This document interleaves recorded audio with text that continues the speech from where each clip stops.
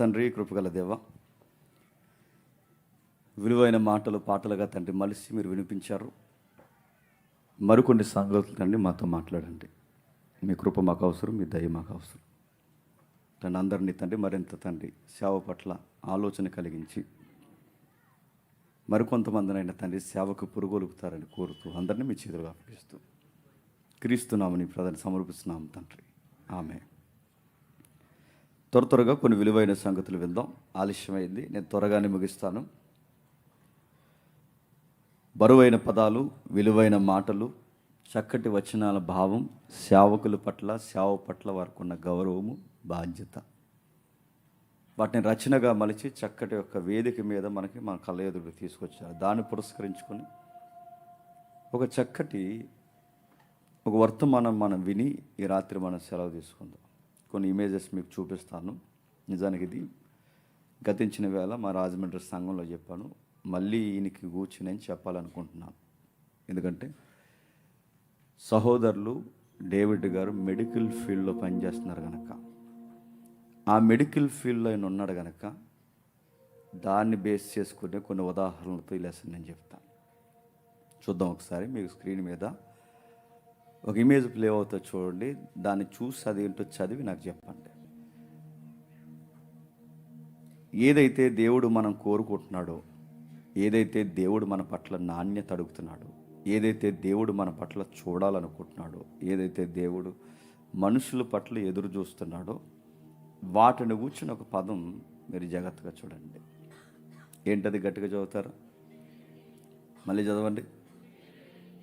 చదవండి. ఇంటిగ్రిటీ. చదువుతున్న పదం చూసినప్పుడు అండి, డిక్షనరీని అడుగుతారో, గూగుల్ని అడుగుతారో, ఏఐని అడుగుతారో, ఇంకెక్కడ అడుగుతారో, శంకర్ నారాయణ డిక్షనరీని అటు ఇటుగా తిరగేస్తారో, ఏ డిక్షనరీని అడుగుతారో అడగండి. ఆ పదం చాలా చాలా విలువైన పదం. అది ఇంటిగ్రిటీ, యథార్థత, మాట తప్పని తనం, ఇచ్చిన మాటకు కట్టుబడి నెరవేర్చే వరకు ఆ పని కొరకు ఆలోచించడం, దానిని కూర్చిన మాటే ఇంటిగ్రిటీ. దీన్ని బైబిల్లో యథార్థత అన్నారు. యథార్థమైన హృదయులు, యథార్థమైన వ్యక్తులు యథార్థత కొరకు మాట్లాడుతున్నారు. ఆ వచనాల యొక్క పరంపరలో ఈ పదం మనందరికీ సుపరిచితమైన పదం. యథార్థత లేకపోతే ఏమవుద్ది? బైబిల్ డెలిబరేట్ స్టేట్మెంట్ ఇచ్చింది. యథార్థత లేకపోతే, జెన్యూన్గా లేకపోతే ఏమవుద్ది? వర్ధిల్లమని చెప్పింది బైబిల్. ఎదగో జీవితంలో బైబిల్ ఏం చెప్తుంది? ఎక్కడొక మాట, అక్కడొక మాట, మనసు ఉంటే ఒకలా, మనసు లేకపోతే ఒకలా, పూటకొక మాట, గంటకొక మాట, కలిసి వస్తే ఒకలా, కలిసి రాకపోతే ఒకలా, మనుషుల ముందు ఒకలా, మనుషులు లేకపోతే ఒకలా, పూటకి 70 మాటలు మాట్లాడుకుంటూ తిరిగే ఈ లక్షణాన్ని ఏమంటారు తెలుసా? గుర్తుపెట్టుకోండి, యథార్థత లేని తనం అంటారు దాన్ని. యథార్థత కావాలి. బైబిల్ అంది, డెలిబరేట్గా మాట్లాడింది, యథార్థవంతులు తప్పక వర్ధిల్లుతారు. నువ్వెందుకు ఎదగలేకపోతున్నావు? జెన్యూనిటీ మిస్ అవుతుంది. నువ్వెందుకు జీవితంలో అన్ని విధాలుగా ఎదగలేకపోతున్నావు? జెన్యూన్గా ఉండలేకపోతున్నావేమో. చాలామంది యంగ్స్టర్స్ ఉన్నారు, మీ పేరెంట్స్ కళ్ళు కప్పుతున్నావేమో. మీ గురువులతో లేనిపోని అబద్ధాలు చెబుతున్నావేమో. ఎప్పుడు గుర్తుపెట్టుకోండి, యథార్థత బాగా వినాలి. ఏ మనుషులైనా మనకు పరిచయం అయినప్పుడు, ఎవరైనా మనకు పరిచయం అయినప్పుడు, ఆ పరిచయం బలపడాలంటే ఏముండాలి తెలుసా? యథార్థత ఉండాలి. మాట అవునంటే అవును, కాదంటే కాదు, చేస్తానంటే చేస్తాను, చేయనంటే చేయను. నా వల్ల అవుతుందంటే అవుతుంది, అవ్వదంటే అవ్వదు. ఈ పని చేస్తామంటే ఖచ్చితంగా ఆ పనిలో క్వాలిటీ చెయ్యాలి, లేదా నేను చేయలేను, ఇదిగో పక్కన పెట్టేస్తున్నాను. చేస్తానని చెప్పి బొంకడం, చేస్తానని రకరకాల చేయడం. గుర్తుపెట్టుకోండి, ఇది యథార్థత అనిపించుకోవాలి. సందర్భం వస్తుంది, ఒక మాట చెప్తున్నాను. ఆ జెండాలు కనబడుతున్నాయి చూసారా? నేనే తెప్పించాను. ఆ జెండాలు వేయాలని మీకు ఎందుకు అనిపించిందంటే, నేను పోలీస్ డిపార్ట్మెంట్లో పనిచేస్తూ ట్రైనింగ్లో ఉన్నప్పుడు ఆ జెండాలు మాతోనే పాటించేవారు. ట్రైనింగ్లో అదొక భాగం. ట్రైనింగ్లో అక్కడ మా డిపార్ట్మెంటు ఆ జెండా రెపరెపలాడుతూ ఉంటుంది. దాన్ని ఒక సిస్టమేటిక్గా పాటిస్తారు. ఖచ్చితంగా దాన్ని కొలత, దానికి ఒక రూల్ ఉంటుంది, దానికంటూ ఒక అర్థాలు ఉంటాయి. అలా పాతాలు జెండాలు తెప్పించాను, బాగానే ఉంది. నేమ్స్ కొట్టించాను. ఏమి నేమ్స్ కొడతారంటే ఏవో చెప్పారు, అది ఏమద్దురా అబ్బాయి, ద లార్డ్ జీసస్ క్రైస్ట్ అని కొట్టండి అంతే. అదొద్దు ఇదొద్దు, ప్రభువు కూర్చే కొట్టండి, ఆయన పేరే ఎగరాలి, ఆయన పేరే కనబడాలి. చక్కగా చేయించాడు. శేఖర్ తమ్ముడు వీళ్ళందరూ కలిసి చేయించారు, బాగానే ఉంది. పాతండి అబ్బాయి అని చెబితే అక్కడొక జెండా, ఎక్కడొక జెండా, సంబంధం లేదు జెండా. అలాగేలా పాతారు. ఆ గుణపాలు మీరు వీలైతే ఈ నైట్ వరకు ఏమైనా చేస్తే చేయండి. ఇక్కడ గుణపం దిగదండి, ఈ ల్యాండ్ అలాంటిది. కష్టపడి సుత్తులు తీసి అలా తీసి మొత్తమే కొట్టారు. సరిగ్గా వచ్చేసరికి కూడా 70 జెండాలు పాతేసి వండించారు. ఇలా చూస్తే జెండాకి సంబంధం లేదు. తిట్టాను నేను. పని చేసామంటే పనిలో అందం ఉండాలి. పని చేసామంటే ఎవడరా ఈ పని చేసింది, ఎంత బాగా చేశాడు అని చెప్పుకోవాలి. ఈ జెండాల్లో లేవరు అబ్బాయి, ఊడబీక తెచ్చిన జెండాల్లో ఉన్నాయి. ఇలా తీసారండి, మొత్తం జెండాలు పీకేశాను. అన్న ఈ వర్క్లో ఇది ఒక్క జెండా కనబడకుండా కరెక్ట్గా ఉండాలి. ఇగో మీకు తాడు ఇస్తున్నాను, ఫస్ట్ ఫోల్కి తాడు కట్టండి, దీనికి తాడు కట్టండి, తాడును అంటిస్తూ జెండా పాతండి. ఎక్కడ నిలబడితే చివరి జెండా ఒకే లైన్లో కనబడాలి. కట్టేస్తారంటే ఎవరు కట్టేస్తారంటే అప్పుడు మన మెడికల్ ఫీల్డ్లో ఉన్న డేవిడ్ గారు వచ్చి నేను చేయిస్తానన్నాను. ఒక గొయ్యి కాదు, 2 గొయ్యలు కాదు, ఇన్ని గొయ్యలు తవ్వడానికి తెల్లారిందండి వాళ్ళకి. నేను అనుకున్నాను చివరి వరకు చేయిస్తాడా చేయించడా. ఎందుకంటే కొంతమంది ఉంటారు మా దగ్గర పెద్ద మనుషులు, అలాగే చేస్తాడా చేయిస్తాడా చేయించడా. మిడ్ నైట్ దాటింది, 2:30 అయింది, 3:30 అయింది, 4:30 అయింది, చలి విపరీతంగా ఉంది, చేయిస్తాడా చేయించడా. నేను అనుకున్నట్టుగానే చివరి జెండా వరకు చేయించాడు. నేను మళ్ళీ మిగిలిన జెండాలు ఉంటే ఇంకా చాలే అంటున్నారు. చాలే కదా, ఇంకా 4 ఉన్నాయి. కరెక్ట్గా లైన్గా అక్కడ వేయండి. చూసిన వెంటనే గేట్ దగ్గర ఎదురుకుపోవాలి. ఆ 4 అక్కడ 4 అన్నారు. 4 మళ్ళీ అన్న చెప్పాను, అన్న పాతిస్తావా అన్నాను. పాతించేద్దాం అన్న. మొత్తం పాతించాడు, అన్నీ చేశాడు. దీన్ని ఏమంటారు చెప్పనా, చెప్పిన పనిని యథార్థంగా చేసుకుపోయేదాన్ని యథార్థత అంటారు. ఏదన్నా అని అడుగుతున్నాను, ఇంట్లో పని అయినా, ఎవరు చెప్పిన పని అయినా, ఏదన్నా పని చేస్తే బాగా చేయాలండి.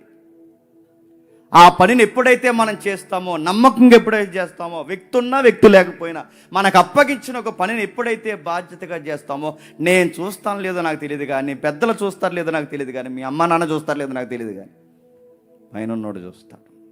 కమిట్మెంట్ ఉన్నవాడు రీడని, పైన ఉన్నవాడు గమనిస్తాడు. యథార్థత ఉన్నవాడు రీడని, పని కలిగిన వాడు రీడని, నిపుణత కలిగిన వాడు రీడని బైబిల్ చెప్తుంది. బైబిల్ మాట్లాడుతుంది, ఈ మాట జాగ్రత్త, మీ మాట జాగ్రత్త, మాట ఇచ్చే ముందు జాగ్రత్త, యథార్థంగా ఉండండి.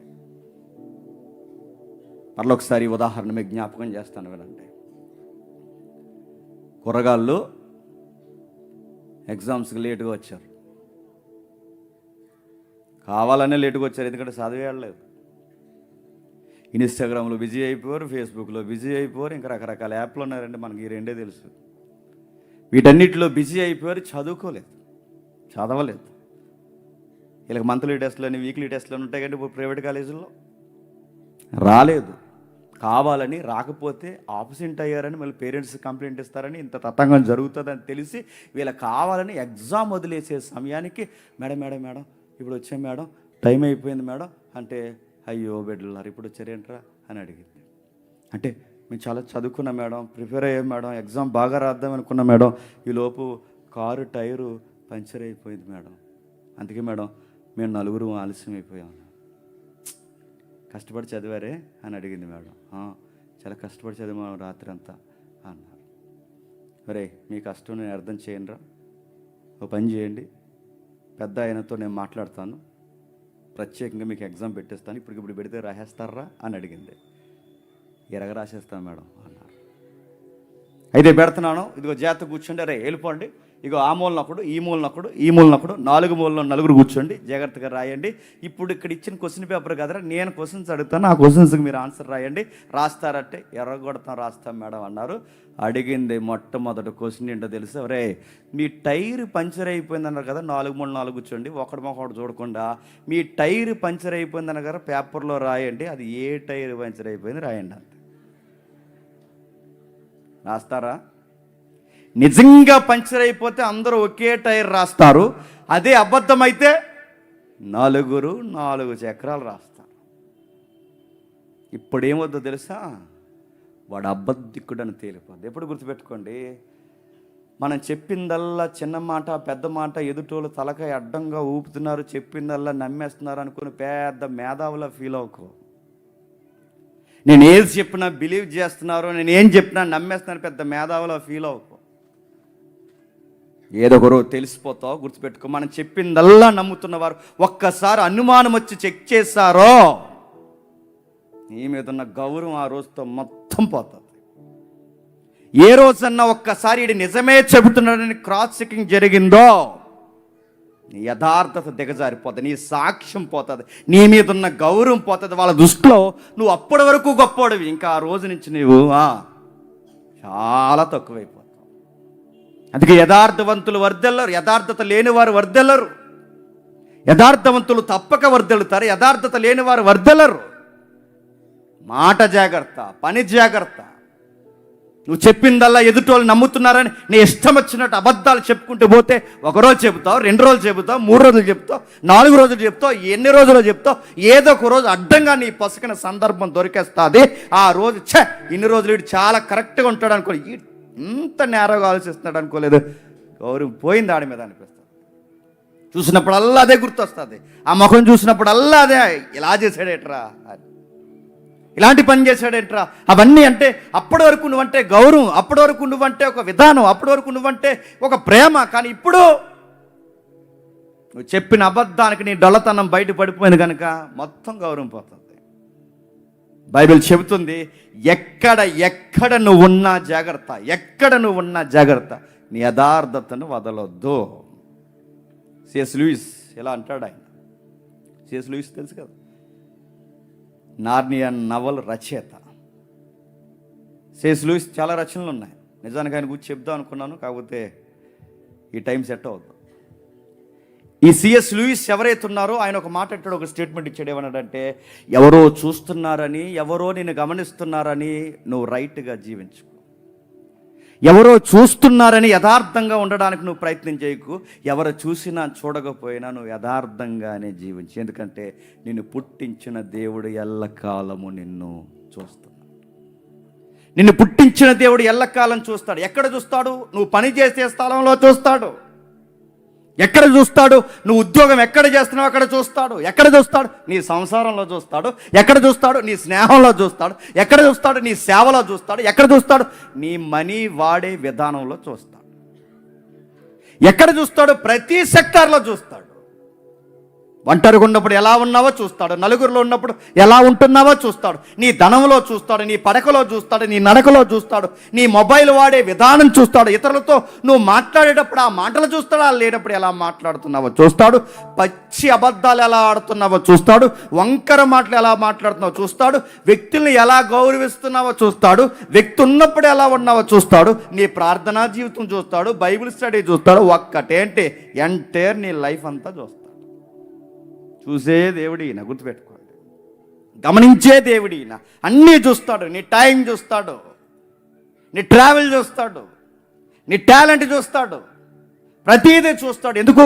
నిన్ను ఆశీర్వదించాలనుకున్నాడు. ఆ ఆశీర్వాదానికి అర్హత, ఆ ఆశీర్వాదానికి పత్రం, ఆ ఆశీర్వాదానికి బంగారు పత్రం ఏంటో తెలుసా? ఇంటిగ్రిటీ ఉండాలి. గుర్తుపెట్టుకోండి, యథార్థత ఉండాలి. సెమినార్కి వచ్చావు, సెమినార్ కోసమే ఉండాలి నీ మైండ్. 6 రోజులు వాక్యం వినడానికి వచ్చావు, వాక్యం మీద ఉండాలి నీ ఫోకస్. 6 రోజులు 4 ముక్కలు నేర్చుకుని పోదామని వచ్చావు, నేర్చుకునే మనసు ఉండాలి నీకు. ఇక్కడికి వచ్చి వంకర సూపులు, ఇక్కడికి వచ్చి పనికిమాల ఆలోచన, ఇక్కడికి వచ్చి చెత్త సంబంధాలు, ఇక్కడికి వచ్చి చెదారం పెట్టుకుంటే దేవుడు గమనిస్తాడు. గుర్తుపెట్టుకో. గమనిస్తులు. అందుకే మన సెమినార్లో ఎవరున్నా మన సెమినార్లో ఎవరి తాలూకైనా, ప్రెసిడెంట్ గారి తాలూకా అని చెప్పిన, ఎమ్మెల్యే గారి తాలూకా అని చెప్పిన, ఎవరున్నా జంటలు మాట్లాడారు, మక్కులు ఇరిగిపోతాయని వార్నింగ్ ఇచ్చాం మేము. అస్సలు ఉండడానికి వీల్లేదు. ఇక్కడ వచ్చింది వాక్యం, ఇక్కడ ఉండదు హోలీనెస్. వాక్యానికి పెద్దపీట, వాక్యానికి పీట, వాక్యానికి మాత్రమే గౌరవం. ఫలానా అంటే ఫలానా అయితే ఎవరు? నువ్వు కపుల్సా, మీరు యంగ్స్టర్సా, మీరు ఎవరు? మీరు ఫస్ట్ ఇయర్లో అదే హెచ్చరించాం, సెకండ్ ఇయర్లో అదే హెచ్చరించాం, థర్డ్ ఇయర్లో గుంపులుగా. అందుకే బ్లాక్స్ ఎవరు బ్లాక్స్ వారికే, స్త్రీలు బ్లాక్స్ స్త్రీలకే, పురుషులది పురుషులకే. తెలియని వ్యక్తులతో ఇప్పుడు కొత్త పరిచయాలు ఏర్పడ్డాయంటే మళ్ళీ చెప్తున్నాను, అస్సలు సహించమన్నాం మేము. మీ ఇంటికాడ నమ్మి పంపించారు మీ అమ్మ నాన్న, నమ్మకంగా ఉండే నమ్మకంగా వెళ్ళిపోండి. భార్యవైతే భర్త నిన్ను నమ్మి పంపించాడు, నమ్మకంగా నుండి నమ్మకంగా వెళ్ళిపో, 4 మొక్కలు నేర్చుకోండి. భర్తవైతే నమ్మకంగా నేను పంపించారు, నమ్మకంగా ఉండి నమ్మకంగా నీ కుటుంబానికి ఏమి నేర్చుకున్నావో 4 మొక్కలు చెప్పి వెళ్ళిపో. ఇది ఒక గార్డెన్ పార్టీ లాగా, ఇది రకరకాల కార్యక్రమాలలాగా ఇక్కడ చూస్తేనే చెప్తున్నాను. యథార్థత లేకపోతే దేవుడు సహించడు, యథార్థత లేకపోతే డీసీ టీం కూడా సహించదు. గుర్తుపెట్టుకోండి. యథార్థవంతులు వర్ధిల్లుతారు, ఇంటిగ్రిటీని మెయింటైన్ చేసిన వారు వర్ధిల్లుతారు. ఎక్కడుంది 112వ కీర్తన చూడండి. 112వ కీర్తన మొదటి వచనం నుండి, యెహోవాను స్తుతించుడి, యెహోవా యందలి భయభక్తులు గలవాడు, ఆయన ఆజ్ఞను బట్టి అధికముగా ఆనందించువాడు ధన్యుడు, వాని సంతతి వారు భూమి మీద బలవంతులగుదురు, యథార్థవంతుల వంశము దీవింపబడును, కలిమి సంపద వాని ఇంట ఉంటాయి, వాని నీతి నిత్యము నిలుస్తుంది, యథార్థవంతులు చీకటికి వెలుగు పుట్టిస్తారు. అది లైఫ్ అంటే.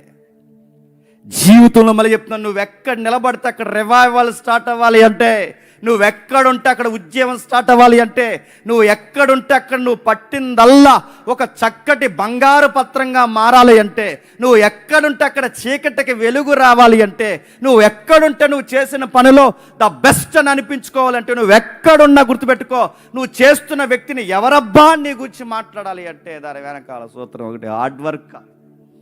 దాని వెనకాల సూత్రం ఒకటే, ఏదేదో సూత్రాలు కాదు, లౌకికమైన సూత్రాలు. విజయానికి 5 మెట్లు, ఇవేమి నేను చెప్పట్లేదు.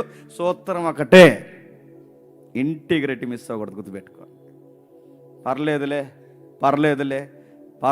అంటే పర్లేదు కాదు, పర్లేదు అంటే పరలోకమందున్న దేవుడు అంటాడు, ఈడి పనికిరాడు అంటాడు. గుర్తుపెట్టుకో. ఈమె పనికిరాదు, ఈడు పనికిరాడు, పనికిరానోళ్ళు. యథార్థవంతులు వర్ధిల్లుతారు, దేవునితో సంబంధం కలిగిన వారు యథార్థత కలిగి జీవిస్తారు. యథార్థత ఎలా వస్తుంది? ఈరోజంతా ఇలా కూర్చుని ఈ డయాస్ మీద కాలు మీద కాలేసి శ్వాస మీద ధ్యాస వేసి ఊపిరి ఎక్కువ పీల్చుకుని ఊపిరి అలా వదిలితే యథార్థత వస్తుందా? యథార్థత ఎలా వస్తుంది? యథార్థత రావాలి అంటే యథార్థత రాదు, నిద్ర వస్తుంది నాకు. యథార్థత ఎలా వస్తుంది? యథార్థంగా ఉండాలి. జేమ్స్ అన్నాడు యథార్థంగా ఉండాలని, చేతి వెనకాల వెళ్ళిపోతాం, రాదు. యథార్థత ఎలా వస్తుంది? నువ్వు అనుకుంటే రాదు. యథార్థత ఎలా వస్తుంది? నువ్వు నియంత్రించుకునే ప్రయత్నాలు చేస్తే రాదు. యథార్థత ఎలా వస్తుంది? నువ్వు ఫీల్ అవుతే రాదు. నీ ఫీలింగ్ కాదు యథార్థత అంటే. యథార్థత ఎలా వస్తుంది? ఎలా ఉండాలని అనుకుంటే రాదు, ప్రాక్టీసుల్లో రాదు. యథార్థత ఎలా వస్తుంది అక్కడ చెబుతున్నాడు చూడండి. యెహోవా యందలి భయభక్తులు కలిగితే, చెప్పండి, యథార్థత వస్తుంది. యెహోవా యందలి భయభక్తులు ఏముంది? ఆజ్ఞ ఉంది. యెహోవా యందలి భయభక్తులు ఏముంది? దేవుని వాక్యం ఉంది. యెహోవా యందలి భయభక్తుల్లో ఏముంది? ఒక భయం ఉంది. యెహోవా యందలి భయభక్తుల్లో ఏముంది? ఒక భక్తి ఉంది. ఈ భక్తి, ఆజ్ఞ ఇవన్నీ కలగలిపితే దానికి వాడిన పదమే రచయిత, యథార్థత. యథార్థవంతులు తప్పక వర్ధిల్లుతారు. నీ యథార్థతను బట్టి నీకే కాదట, నెక్స్ట్ నీ జనరేషన్ కూడా దేవుడు ఏం చేస్తాడట? బ్లెస్ చేస్తాడట. బహుశా నేను అడుగుతున్నాను, నీ పిల్లల భవిష్యత్తు బాగుండాలన్నా, నీ కుటుంబం భవిష్యత్తు బాగుండాలన్నా, నీ తర్వాత తరాలు బాగుండాలన్నా, మూలం ముందు తలకాయగా నువ్వు బాగుండాలి. గుర్తుపెట్టుకో. నీ బిడ్డల బాగుండాలంటే జాగ్రత్త. నీ ఉద్యోగంలో జాగ్రత్త, నీ పనిలో జాగ్రత్త, నీ సంసారంలో జాగ్రత్త, నువ్వు ఎదుటి వ్యక్తుల దగ్గర మాట్లాడుతున్నప్పుడు జాగ్రత్త, ఒక మాట అన్నప్పుడు ఇది వ్యాలిడా కాదన్న జాగ్రత్త, దేవుడు చూస్తున్నాడన్న జాగ్రత్త. లేదంటే దాని ఎఫెక్ట్ ఎక్కడ కొట్టదండి? దాని ఎఫెక్ట్ ఎక్కడ వరకు కొడుతుంది చెప్పనా? నీ పిల్లల వరకు దాని ఎఫెక్ట్ కొడుతుంది. ఎందుకంటే తండ్రి సోమరుడు అనుకోండి, కొడుకు పండితుడు అవడు, ఆడు సోమరుడు అవుతాడు. నువ్వు పని దొంగవైతే నీ కొడుకు పని దొంగ అవుతాడు. నువ్వు దొంగవైతే నీ ఆడు దొంగ అవుతాడు. నీకు యథార్థత లేకపోతే ఆడికి యథార్థత లేకుండా పోతుంది. మీ లూఫోల్స్ ఆడికి తెలుసాయో అని మళ్ళీ చెప్తున్నాను, ఆడు లూజ్ అయి బతికేస్తాడు. వాడు ఎప్పుడైతే గుర్తుపెట్టుకోండి మీరు తేడాగా ఉన్నారని పిల్లలు గమనించారో పర్వాలేదులే అనే ధీమా వస్తుంది వాళ్ళకి. మా నాన్న మాట అంటే పడ్డు, మా అమ్మ మాట అంటే పడదు, అమ్మో వాళ్ళ ముందు అబద్ధం చెప్పాలంటే భయం, వాళ్ళ విషయంలో ఏది తేడా చేసిన అమ్మో ఊరుకోరు. ఈ ఫైర్ వాళ్ళకి స్టార్ట్ అవ్వాలి. గుర్తుపెట్టుకోండి, ఆ మంట రగరాలి, ఆ భయం రగలాలి, వాళ్ళ గుండెల్లో ఒక భయం స్టార్ట్ అవ్వాలి. ఎప్పుడు స్టార్ట్ అవుద్ది? నువ్వు అలా ఉన్నప్పుడు స్టార్ట్ అవుద్ది. మా నాన్న మా అమ్మ వాళ్ళ దగ్గర ఇలా ఉంటే ఒప్పుకోరు. మినిమం నైతికత వాళ్ళకి నేర్పించాలి. అందుకంటున్నాడు పిల్లలు ఎప్పుడు వర్ధిల్లుతారు, పిల్లలు ఎప్పుడు వదులుతారంటే చెప్తున్నాడు, నీవు భయభక్తులు కలిగి ఆయన ఆజ్ఞలను పాటిస్తే, ఆనందిస్తే, ఆ ధర్మశాస్త్రం ఆనందిస్తే వాని సంతతి వారు భూమి మీద వర్ధిల్లుతారు. ఎందుకంటే యథార్థవంతుడు గనక నీ వంశపు వారు కూడా దీవింపబడతారు. నెక్స్ట్ నీకేముంటుంది తెలుసా? కలిమి విస్తరిస్తుంది, ఆర్థికంగా బాగుంటావు. దీవిస్తాడు దేవుడు నిన్ను.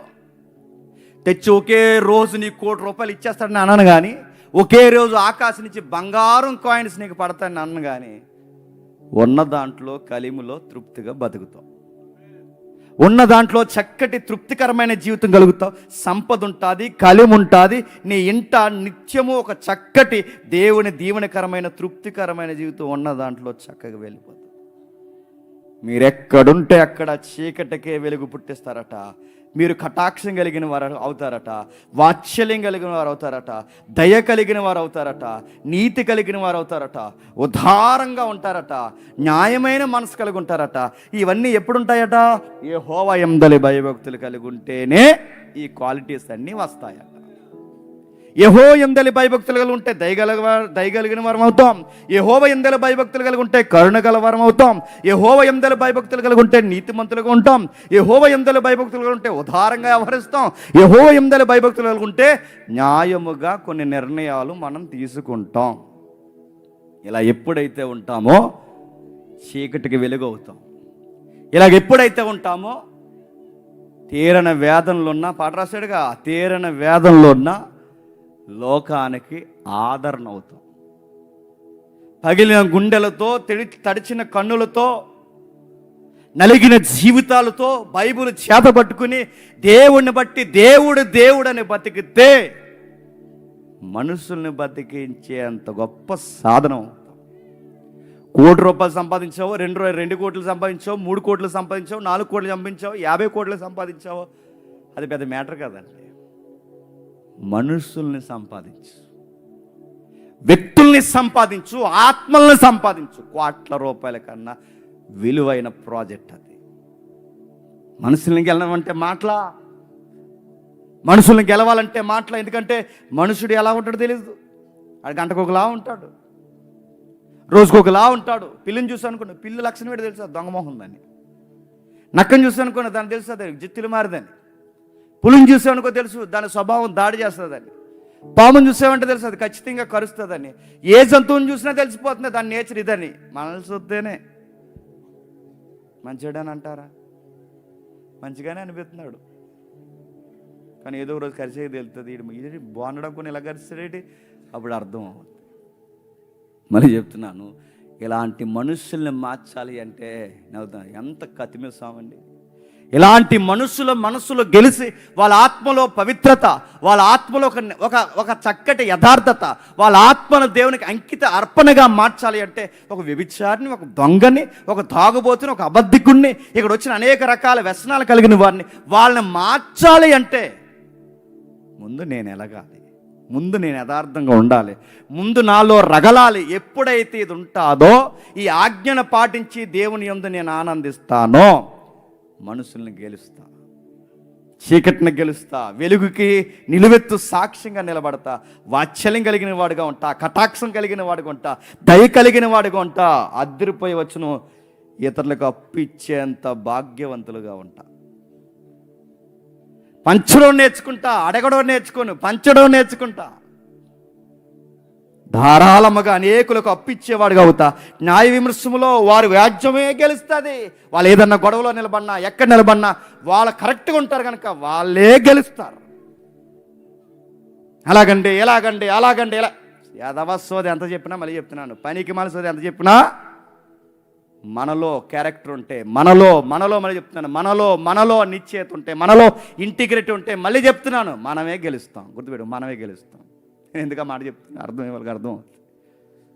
మనమే గెలుస్తాం.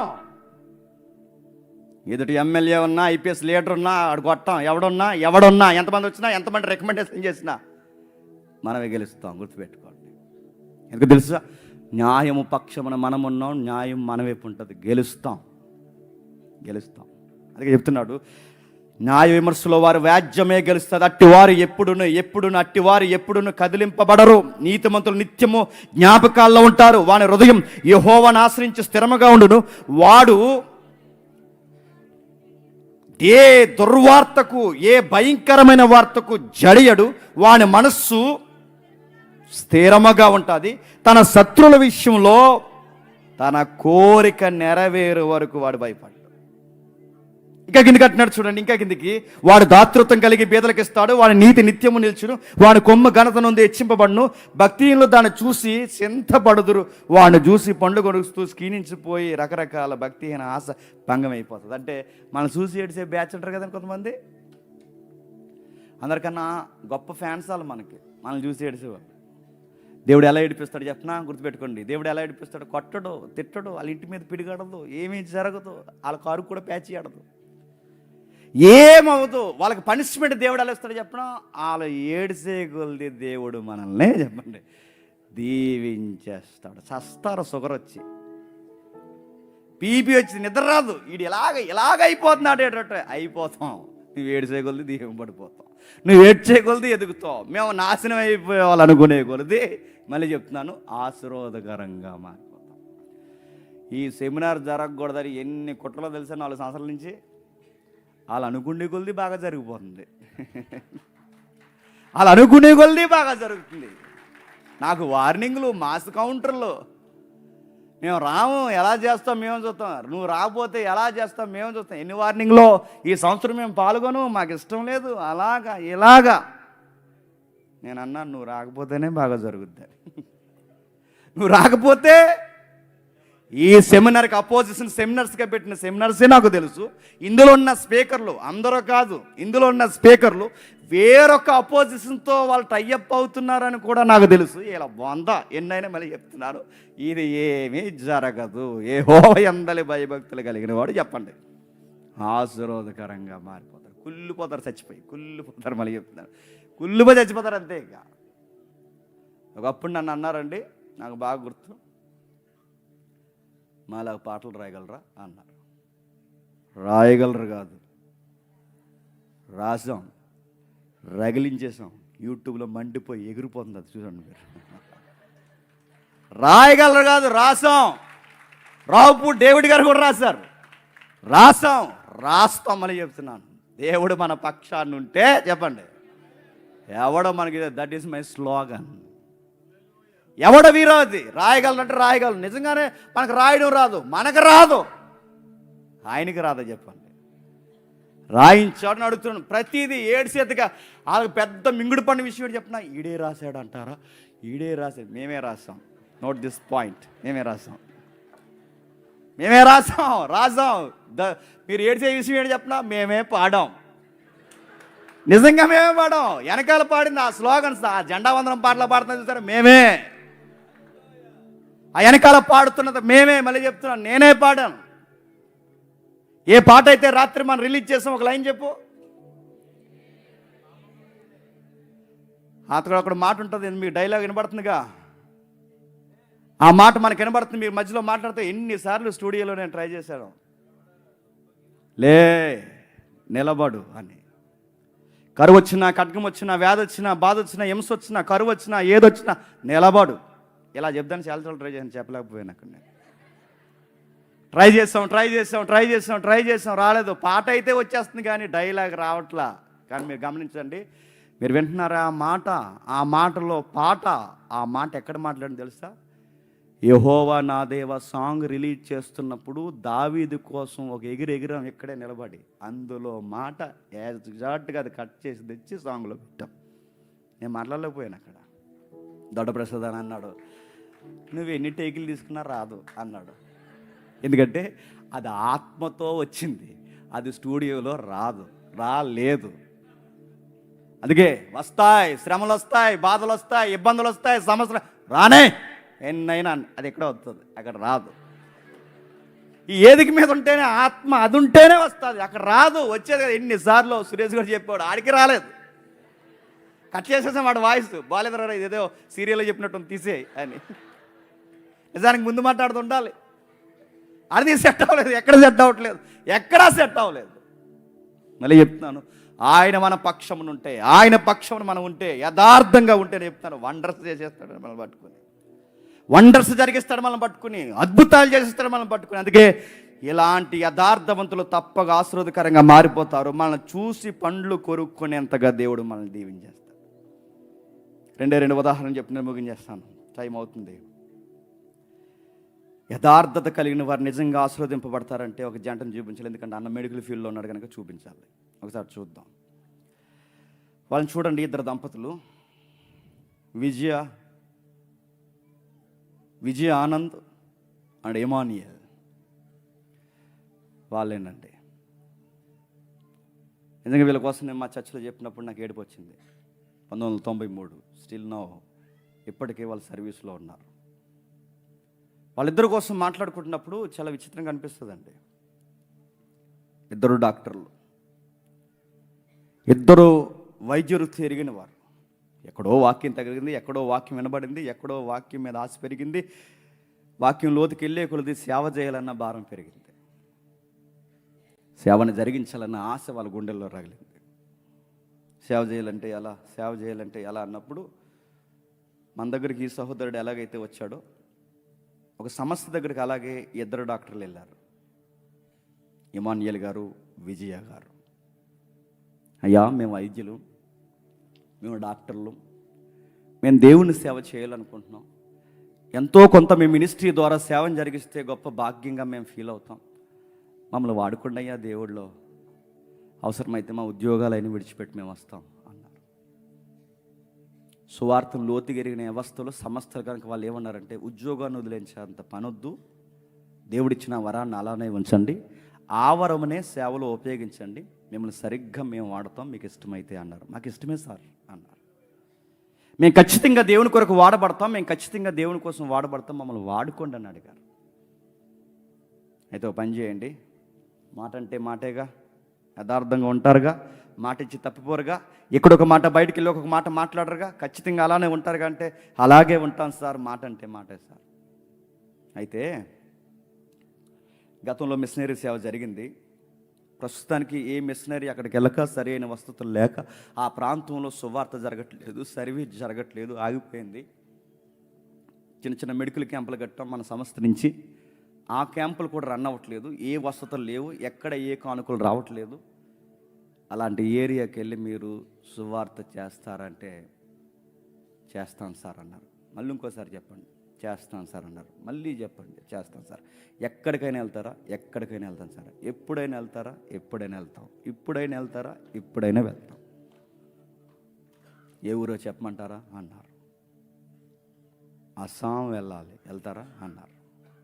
అస్సాం అంటే అప్పుడప్పుడు గొడవలో సరదాగా డైలాగ్ చెప్పారు, అంత అస్సాం అంటారు చూసారు. అంత అస్సాం అంటే ఏంటంటే అస్సాం అంతా అలా అయిపోద్ది. అస్సాం అంటే అలవాటు చెప్తున్నా, మీరు రాత్రులు వెళ్ళి లారీని రోడ్డు మీద లేసి ఉదయం వెళ్దామని ఒక పక్కకు పోయినద్దరు లారీ ఉండదు, శకరాలు తప్ప, అంత అస్సాం. అదే అస్సాం అంటే. అస్సాం అంటే ఏంటనుకున్నారు? వెళ్ళి లారీని మాయం చేసేస్తారు, మనిషి అలా ఉండగానే దోసేస్తారు, అది అస్సాం. అందుకే అప్పుడప్పుడు గొడవలు అంత అస్సాం అంటారు చూసారా. అస్సాం అంటే అదే.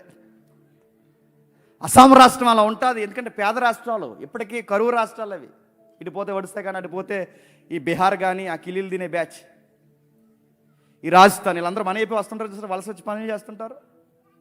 అస్సాం ప్రజలు కానీ ఇప్పటికీ, ఎందుకంటే ఆ భూభాగాలు అంత సారవంతమైన నేలలు కాదు కాబట్టి వాళ్ళు దొంగతనాలు కలవబడతారు, చాలా ఘోరంగా ఉంటుంది. పైగా ఉన్న కరువు సరిపోలేదని ఆ ప్రాంతాల్లో దొంగతనాలు ఎక్కువ, దోచుకోవడాలు ఎక్కువ. అలాంటి ప్రాంతానికి వెళ్ళి మీరు సువార్త చేస్తారా? వైద్యులు మిమ్మల్ని అడుగుతున్నాం, వెళ్తారా అని అడిగితే అప్పుడు వాళ్ళిద్దరు అన్నారు, వెళ్తాం సార్ అంటే. మళ్ళీ చెప్పండి, అస్సాం వెళ్తారా? వెళ్తాం సార్. మళ్ళీ చెప్పండి, వెళ్తారా? వెళ్తాం. రాసి పెట్టుకోండి, 30 సంవత్సరాలు అక్కడ ఉండాలి. ఉంటారా అని అడిగారు. 30 సంవత్సరాలు, 30 years మీరు అక్కడ ఉండాలి, ఉంటారా అన్నారు. ఆలోచించుకుని చెప్పండి, పర్లేదు. ఇప్పుడు మాట ఇచ్చి మధ్యలో వచ్చేస్తే దాన్ని యథార్థత అనిపించుకోదు. మాట్లాడుకుంటాండి భార్య భర్తలు ఇద్దరంటే 2 minutesలో చెప్తాను సార్ అన్నారు. పక్కకి వెళ్ళారు, చేతులు 2 ఇలా పట్టుకున్నారు. దేవా, ఇక్కడికి వెళ్ళడమే నీ చిత్తం అయితే, ఇక్కడికి వెళ్ళడమే మాకు ధన్యత అయితే, ఇక్కడికి వెళ్ళడమే నువ్వు ఇచ్చిన గొప్ప భాగ్యం అయితే, వెళ్ళాలని మాట ఇచ్చేంత ధైర్యం మా గుండెల్లో ఇవ్వయ్యా. 30 ఏళ్ళు అంటే ఇప్పటికే మాకు 20 ఏళ్ళు దాటేశాయి. 30 ఏళ్ళు అంటే ఇంక జీవితం అక్కడే ముగిసిపోతుంది. జీవితం అంతా అక్కడ అయిపోద్ది. వెళ్ళాలన్న ధైర్యం ఇవే. ఇద్దరు భార్య భర్తలు ఇద్దరు చేతులు పట్టుకుని ప్రార్థన చేసి 2 నిమిషాల తర్వాత వచ్చి అన్నారు, వెళ్తాం సార్ అన్నారు. వ్యవస్థ ఆశ్చర్యపోయింది. 30 ఏళ్ళు, లైఫ్ అంతా అక్కడే అయిపోద్ది, వెళ్తారంటే ఫిక్స్ అయిపోయింది సార్, మెంటల్గా వెళ్తాం. వెళ్ళారు. ప్రాంతంలోకి వెళ్ళేసరికి మూఢనమ్మకాలు, ఆచారాలు, చేతబళ్ళు, భూత వైద్యాలు, పిల్లల్ని రకరకాల బలి కార్యక్రమాలకు సిద్ధం చేయడాలు. ఆ ప్రాంతం అంతా మగ్గిపోయింది. వారు వెళ్ళే సమయానికి ఆ ఏరియాలో సరైన కరెంట్ లేదు, నీళ్లు లేవు, వసతులు లేవు, పడుకోవడానికి సరి అయిన దుప్పట్లు లేవు, మంచాలు లేవు, నీళ్లు లేవు, తినడానికి తిండి లేదు. మూఢనమ్మకాలతో, భూత వైద్యాలతో, రకరకాల ప్రకృతి వైద్యాలతో నిండిపోయింది. కరుణ లేని మనుషులు, జాలి లేని మనుషులు, వ్యసనాలకి బాగా అలవాటు పడిపోయి మృగాల్లా బతుకుతున్నవారు వెళ్ళారు. చూసారు, అర్థమైంది వాళ్ళకి, ఈ ప్రాంతానికి చాలా చీకటి ఉంది. భౌతిక చీకటే కాదు, మానవ జీవితాలకు కూడా చీకటి ఆత్మీయంగా కమ్మేసింది. ఎలాగైనా ఈ ప్రాంతాన్ని వెలిగించాలి. సంవత్సరాలు అవుతున్నాయి, 2 సంవత్సరాలు అవుతుంది, 3 సంవత్సరాలు అవుతుంది, సంవత్సరాలు గద్దిస్తున్నాయి. ఒక్కడు రావట్లేదు వైద్యం చేయించుకోవడానికి. ఎందుకో చెప్పినా, వాళ్ళకి జ్వరం వస్తే ఏమంటారంటే దయ్యం పడేసింది అంటారు. మన వాళ్ళు కూడా అప్పుడప్పుడు చూసారా, జ్వరం వచ్చింది రారా ట్యాబ్లెట్ వేసుకోరంటే గాలిడిపోయింది రాత్రి అంటాడు. గాలిడిపోవడం ఏంటి? గాలిడికి గాలి జ్వరం అది. ఏ చలిగాలికి తిరిగావో. జ్వరం వచ్చిందంటే రకరకాల దిష్టిలు తీసుకుంటారు. జ్వరం వచ్చిందంటే కొంతమంది అంటున్నారు, ఏమని చెప్పినా చేతబడేటే ఉంటారు నాకు అన్నారు. చేతబడేసారని అందుకే నేను టెస్టులు గట్రా రానని అన్నారంట. చేతబడికి అంత పవర్ ఉందా? నిజంగా చేతబడిలో అంత పవర్ ఉంటే ముందు నేనే నేర్చేసుకుంటానండి. ఎందుకంటే కొంతమంది మీద ఎట్టాలని ఫిక్స్ అవుతాను. ముందు శ్రీగంధాన్ని మీద ఎట్టేస్తాను. నిజంగా అంత లేదు, అలాంటిది ఏమీ లేదు. ఇలాంటి నమ్ముతారు, అలాంటి మూఢనమ్మకాలు ఉన్నాయి, రకరకాలు ఉన్నాయి. అలాంటివన్నీ నమ్ముతారు, ఉన్నాయని వాళ్ళు నమ్ముతారు. వైద్యానికి రారు, ట్యాబ్లెట్ వేసుకోరు. కనీసం గర్భిణీ స్త్రీలు ఆ యొక్క వాళ్ళ ప్రసవ దినాలు నిండినప్పుడు కనీసం ఆ డెలివరీకి కూడా రారు. పుడితే దేవుని దయ్య, పుట్టకపోతే దెయ్యం ఏదో ఆ బిడ్డనే చేసేసిందని ఒక నమ్మకం. అస్సాం, అందుకే దాని పేరు అస్సాం. రకరకాల ఏరియాలు, రకరకాల ప్రాంతాలు, ఎవ్వరు రారు. కొన్ని సంవత్సరాలు గతించిపోయింది, ఏమి రారు. అందుకే వేలే బలవంతంగా ప్రజల్లో కలగజేసుకుని నమ్మండి, దీన్ని వైద్యం అంటారు, ఇది మీరు స్వీకరించాలి, ఇలా ఉంటుందని వాళ్ళు మోటివేషన్ చేసి చక్కగా వాళ్ళకి వైద్యం చేస్తుంటే మెల్లగా వైద్యం అలవాటు చేశారు. మెల్లగా వాళ్ళకి ఎప్పుడైతే వైద్యం అలవాటు చేస్తారో, ఆ అలవాటు చేసినప్పుడు వీళ్ళే ఎక్కడైతే గర్భిణీలు ఉన్నారో ఊర్లో వాళ్ళ పేర్లన్నీ రాసుకోవడం, ఆ గర్భిణీల దగ్గరికి వెళ్ళడం, దగ్గరుండి వాళ్ళకి ప్రోటీన్ ఫుడ్ ఇవ్వడం. అమ్మ డెలివరీ టైంలో కష్టం అవుద్ది, బ్లీడింగ్ అవుద్ది, ఈ టైంలో ఈ ఫుడ్ నువ్వు మెయింటైన్ చేయకపోతే బిడ్డకు ప్రమాదమే, నీకు ప్రమాదమే, జాగ్రత్త అమ్మ, వామిటింగ్స్ అయినా తినాలి అని ఈవిడ ఎవరైతే ఉన్నారో ఈ తల్లి మోటివేషన్ చేసి చక్కటి ఫుడ్ పెట్టి అన్నీ చేసి వీళ్ళు మెయింటైన్ చేస్తుంటే, చక్కటి విధి విధానాలు వారికి నేర్పించి అలా చేస్తే సుఖమైన కానుపులు ఆ సమాజంలో జరిగాయి. బిడ్డలు చనిపోయే రోజులు పోయాయి, బిడ్డ తల్లి సౌఖ్యంగా ఉండే రోజులు వచ్చాయి. అందరూ గమనించారు. అక్కడికి వెళ్తే బాగా జరుగుతుందంట, జ్వరం తగ్గుతుందంట, అలాగే డెలివరీస్ కూడా బాగున్నాయంట. మౌత్ టాక్ వెళ్ళిపోయిందంటే అందరూ మాట్లాడుకున్నారు. గుసగుస డాక్టర్లు ఇద్దరు బలే చేస్తారు సేవనగానే అందరూ మాట్లాడుకున్నారు. జాయిన్ అయ్యారు. కరెంట్ లేని ఆ ప్రాంతంలో ఊరు వాడ కలిసి కరెంట్ వేయించారు. రకరకాల నీళ్లు లేని ఆ ప్రాంతంలో నీళ్లు తెచ్చే ప్రయత్నం చేశారు. కలగలిపారు, చేయగలిపారు. చక్కగా సువార్త ద్వారా వైద్యం అందుతుంది. కొన్ని సంవత్సరాలు గడిచేసరికి 6,000 డెలివరీస్ కేసు నమోదయ్యాయి. 6,000 6,000 మందికి పురుళ్ళు పోసారు వాళ్ళు. చక్కటి బిడ్డల్ని, తల్లి ఆరోగ్యంగా ఉంది, బిడ్డ ఆరోగ్యంగా ఉంది. అందరు గుర్తించారు, ఆశ్చర్యపోయారు. అస్సాం రాష్ట్రం, పైగా మారుమూల ప్రాంతం. ఇలాంటి ప్రాంతంలో ఇంత సేవ చేస్తున్నది ఎవరబ్బా? డాక్టర్లు. ఎందుకు చేస్తున్నారబ్బా అడిగారు. ఒక పెద్ద డయాస్ వేశారు. బాగా వినండి, పెద్ద ముగించేస్తున్నారు. పెద్ద డయాస్ వేశారు. ఇంత పెద్ద ఏదిక వేసిన తర్వాత ఆ ఏదిక మీద ఆ ఏరియాలో వర్క్ చేసిన వారిని, ఈ రాష్ట్రం నుంచి వెళ్ళి అక్కడ వర్క్ చేసే వాళ్ళని అందరినీ పిలిచారు. ఆ పిలిచిన తర్వాత అందరికి వచ్చి వేదిక మీద అందరికీ అవకాశం ఇస్తున్నారు. ఇది చెన్నైలో జరిగింది. ఎందుకంటే వీళ్ళు అక్కడి నుంచి వెళ్ళిన. వచ్చిన తర్వాత ఎవరెవరు ఏం చేస్తారు, జీవితంలో ఎదిగారు చెప్పండి అంటే, ఐఏఎస్లు వచ్చారు, ఐపీఎస్లు వచ్చారు. అందరూ మాట్లాడుతున్నారు. ఐఏఎస్లకు ఇచ్చారు, ఐపీఎస్లకు ఇచ్చారు. వాళ్ళ మైక్ తీసుకొని మాట్లాడుతున్నారు. తొలి మాటలు, గ్రీటింగ్స్ మాట్లాడితే ఏమన్నారంటే, నేను లైఫ్లో ఎలా ఎదిగానంటే అన్నారు ఒక ఐఏఎస్. ఎలా ఎదిగంటే, మా నాన్నగారు కష్టపడి చదివించారు, హార్డ్ వర్క్ చేయడం వల్ల నేను ఎదిగిపోయాను అన్నాడు ఆయన. అందరూ తప్పట్లు కొట్టేశారు. మరొక ఆయన వచ్చాడు, నేను చిన్నప్పటి నుంచి కొంచెం కసిగా చదివాను, అందుకే నేను ఐపీఎస్ అయ్యాను. ఈరోజు నా శాలరీ గ్రాస్ ఎంత అంటే సో అండ్ సో ఎంత చెప్పాడులేండి. నా శాలరీ ఎంత ఈరోజు నేను సెటిల్ అయిపోయాను, సమృద్ధిగా ఉన్నాను, నా బిడ్డలకు తరగనంత వస్తుంది. ఒకప్పుడు మాకు తినడానికి అన్నం లేదు, ఈరోజు చాలా తినడానికి అన్నం మాకుంది. మాకు చాలా విధి విధానాలు ఉన్నాయి, ఇల్లు ఉన్నాయి, కార్లు ఉన్నాయి, దాచుకున్నంత డబ్బు ఉందని. లైఫ్లో మేము చాలా డబ్బులు సాధించాం. ఐఏఎస్లు, ఐపీఎస్లు అయిన తర్వాత, గ్రూప్ 1, గ్రూప్ 2, గ్రూప్ 3 కొట్టిన తర్వాత అని ఎవరి వెర్షన్ వాళ్ళు చెప్తున్నారు. సరిగ్గా డాక్టర్ టైంకి వచ్చింది, మైక్ ఇచ్చారు, మాట్లాడుతున్నారు.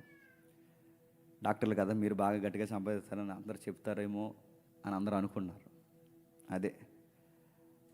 అదే క్యాంప్ ఆఫీస్లో జరిగింది. అది వాళ్ళు మాట్లాడితే ఏమన్నారు తెలుసా? మేము డబ్బు సంపాదించలేదు, ఆస్తులు సంపాదించలేదు, ఎకరాలు సంపాదించలేదు, మేము ఏది సంపాదించలేదు. ఏం సంపాదించారు? అందరూ ఆశ్చర్యంగా చూశారు. మీరు అందనది మీరు ఊహించలేని, ఎప్పటికీ మీరు ఎవ్వరూ చేయలేని ఒకటి మేము సాధించాం. ఏమి సాధించారంటే, మనుషులను సాధించాం, మనుషుల్లో నైతికతను సాధించాం, ఆరిపోయిన రాష్ట్రానికి వెలుగునివ్వడం సాధించాం, అనేకుల జీవితాన్ని నిలబెట్టడంలో అసూలు బాసాం, బట్టలు వేసుకోవడం రాని వారికి బట్టలు వేయడం నేర్పించాం, ట్యాబ్లెట్స్ వేసుకోవడం రాని వారికి ట్యాబ్లెట్స్ వేసుకోవడం నేర్పించాం. జీవితంలో ధన్యత మాకు ఏమనుందంటే, డబ్బు కాదు, పేరు కాదు, మా ఆస్తులు, మా వైద్యం, మా టాలెంట్, మై నాలెడ్జ్, నా టైం మొత్తం అంతా ఇతరుల కొరకు ఖర్చు చేసాం.